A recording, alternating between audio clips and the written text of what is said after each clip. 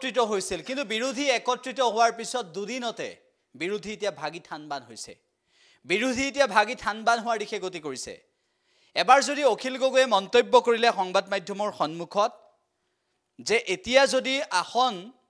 ভাগ বাটোৱাৰা কৰা নহয় তেনেহলে বিহাৰৰ দৰে পৰিস্থিতি হ'ব নেকি অখিল গগৈয়ে সেই সন্দৰ্ভত সন্দেহ প্ৰকাশ কৰিছিল অখিল গগৈয়ে সোশ্যাল মিডিয়াৰ জৰিয়তেও বিহাৰৰ পৰা অসমৰ বিৰুদ্ধে কি কৰা উচিত ৰাইজৰ পৰা পৰামৰ্শও বিচাৰিছিল সেয়া আছিল অখিল গগৈৰ বক্তব্য অখিল গগৈ কিমান দূৰ শুদ্ধ কিমান দূৰ অখিল গগৈ ভুল সেয়া অসমৰ ৰাইজে বিবেচনা কৰিব কিন্তু তাৰ পাছত গৌৰৱ গগৈও এবাৰ তালফাল লগাই এনেকুৱা ধৰণেৰে মন্তব্য কৰিলে সংবাদ মাধ্যমৰ সন্মুখত যে অখিল গগৈ মিটিঙত কিবা এটা কৈছিল আৰু মিটিঙৰ পিছত আন এটা বাক্য ক'লে এনেদৰে গৌৰৱ গগৈয়ে তালফাল লগালে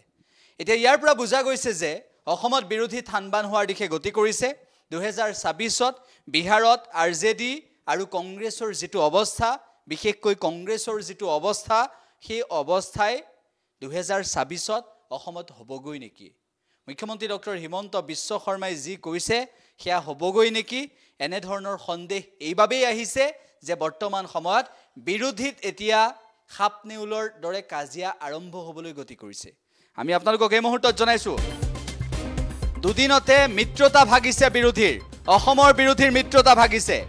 অখিল গগৈ গৌৰৱ গগৈৰ মাজত মতৰ অমিল ঘটিছে বিহাৰৰ কংগ্ৰেছৰ দৰে অসমতো 2026ত একেই হোৱাৰ সম্ভাৱনা আছে অখিল গগৈ আৰু গৌৰৱ গগৈৰ মাজত মতৰ অমিল ঘটিছে বিহাৰৰ কংগ্ৰেছৰ দৰে একেই পৰিস্থিতি হোৱাৰ দিশে গতি কৰিছে এই মুহূৰ্তত আমি আপোনালোকক জনাইছো যে দুদিনতে বিৰোধীৰ মাজত মতান্তৰ হৈছে দুদিনতে বিৰোধীৰ মাজত মিত্ৰতা ভগাৰ দিশে গতি কৰিছে উল্লেখ্য যে আসন ভাগ বাটোৱাৰা কৰাৰ ক্ষেত্ৰত কোন সমষ্টি কোনে ল'ব সেই সন্দৰ্ভত অখিল গগৈয়ে সংবাদ মাধ্যমৰ আগত মন্তব্য কৰিছিল যে অতি সোনকালে সমষ্টি মিত্ৰ দলক এৰি দিব লাগে আৰু কোন সমষ্টিত মিত্ৰ দলে কাম কৰিব সেই সন্দৰ্ভত আগতীয়াকৈ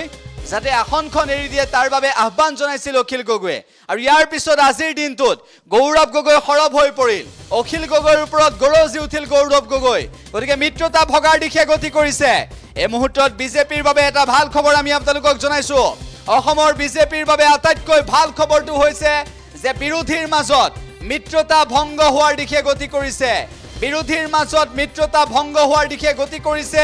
2026লৈ মিত্ৰতা থাকিবনে নাথাকে সেয়া এতিয়া সন্দেহৰ আৱৰ্তত সোমাই পৰিছে আমি উল্লেখ কৰিব বিচাৰিছো বিৰোধীৰ মাজত মিত্ৰতা ভগাৰ দিশে গতি কৰিছে গৌৰৱ গগৈ খৰব হৈ পৰিলে এবাৰ অখিল গগৈৰ ওপৰত মুঠৰ ওপৰত অখিল গগৈ গৌৰৱ গগৈৰ মাজত মতৰ অমিল ঘটা পৰিলক্ষিত হৈছে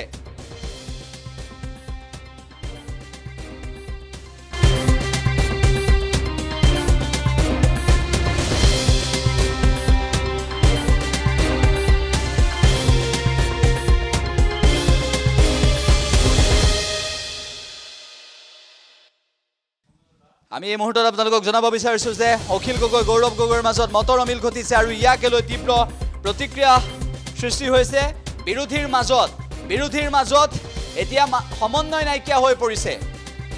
আসন ভাগ বাটোৱাৰা কৰি সমষ্টি এৰি দিবলৈ অখিল গগৈ আহ্বান জনোৱাৰ পিছত গৌৰৱ গগৈ আজি অখিল গগৈৰ ওপৰত খৰ্গহস্ত হৈ পৰিল আৰু ইয়াৰ লগে লগে স্পষ্ট হৈ পৰিল যে 2026টো বাদে ডিসেম্বৰ মাহলৈও মিত্ৰতা থকাটো এতিয়া টান হৈ পৰিছে মাত্ৰ এদিন সংবাদ মাধ্যমৰ আগত আটাইকেইগৰাকী নেতা একেলগে থাকি সংবাদ মাধ্যমৰ আগত মন্তব্য কৰিছিল যে আমি মিত্ৰতা কৰিলো তাৰ দুদিনৰ পিছতে তেওঁলোকৰ আচল স্বৰূপটো ওলাই পৰিছে গতিকে বিৰোধীৰ মাজত মিত্ৰতা ভগাৰ দিশে গতি কৰিছে গৌৰৱ গগৈয়ে আজি যেটো মন্তব্য কৰিলে সেই মন্তব্য শুনিলে আপুনি ভাবিবলৈ বাধ্য হ'ব যে যেটো সময়ৰ সমষ্টি কোনটো সমষ্টিত কোনে খেলিব কোনটো সমষ্টিত কোনটো দলে নিৰ্বাচনত প্ৰতিদ্বন্দ্বিতা কৰিব সেই আসন ভাগ বাটোৱাৰা কৰাৰ পৰিৱৰ্তে সেই আসন দিয়াৰ পৰিৱৰ্তে গৌৰৱ গগৈয়ে আজি যেটো মন্তব্য কৰিলে তাৰ পিছত স্পষ্ট হৈ পৰিল যে মুখ্যমন্ত্ৰী ডক্টৰ হিমন্ত বিশ্ব শৰ্মাই কোৱা সেই কথাটোৱে সত্য প্ৰমাণিত হ'ল যে বিৰোধী মহাজোঁট বন্ধন প্ৰকৃততে কি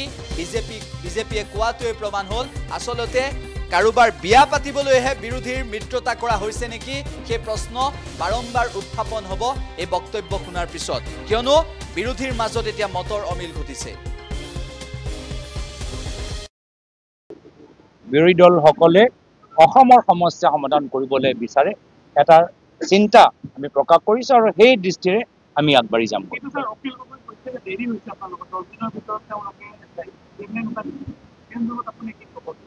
চাওক 12 তাৰিখেতো এইখিনি কথা আপোনালোকে 12 তাৰিখে সেইদিনা আমি এটা কথা আমি পাতিছিলোঁ যে আমি যিখিনি আমি বিষয়বোৰ আলোচনা কৰিব লাগে আমি কেমেৰা আঁতৰত আমি নিজৰ মাজত আমি আলোচনা কৰিম আৰু আমাৰ মাজত আমি গোটেইখিনি দল একে সুৰত যে আমি ক'ব পাৰোঁ এটা সিদ্ধান্ত আমি লৈছোঁ যদিও মই বিচৰা নাই সেইদিনা মোক সকলোৱে দায়িত্ব দিলে যে সকলোৱে হৈ মই 12 তাৰিখৰ সভা পিছত মিটিং হৈ যোৱাৰ পিছত নিজৰ সকলৰ হৈ আমি কথাখিনি ক'ব লাগে যি কথা মই পিছত গম পালোঁ যে সকলোৱে সমৰ্থন জনালে আনকৈ অখিল গগৈ ডাঙৰীয়াও সমৰ্থন জনালে অখিল গগৈ ডাঙৰীয়া 12 তাৰিখ আৰু অখিল গগৈ ডাঙৰীয়া 14 তাৰিখৰ মাজত আকাশ পাতালৰ কিয় ইমান পাৰ্থক্য আছে তেওঁহে জানে গুৱাহাটীত আমাৰ সন্মুখত আৰু আমাৰ লগত সভা মিটিং কৰাৰ পিছত বাহিৰতে ঠিকেইখিনি কথা ক'লে মাত্ৰ দুদিনৰ পিছত দিল্লীত গৈ তেখেতৰ সুৰ কেনেদৰে সলনি হ'ল সাংবাদিকসকলক সম্বোধন কৰি আলায়েন্স সম্পৰ্কত কথাখিনি পাতিছে ফেচবুকত তেওঁলোকৰ নিজৰ কথাবোৰ কৈছে যিবোৰ কথা আমি এটা মিটিঙৰ মাজত পাতিব লাগে সেইখিনি কথা তেওঁ ৰাজহুৱা কৰিছে সেই 12 আৰু 14 অখিল গগৈ ডাঙৰীয়াৰ মাজত ইমান পাৰ্থক্য কিয় তেওঁহে জানে আমি প্ৰতিটো বিষয় লৈ আমি আলোচনা কৰিছিলোঁ আলোচনা কৰিবলৈও বিচাৰোঁ আকৌ আমি বহিবলৈ আমি চিন্তা কৰিছোঁ তেওঁ মই ভাবোঁ এনেদৰে আগবাঢ়ি যোৱাটো ইমান উচিত নহয়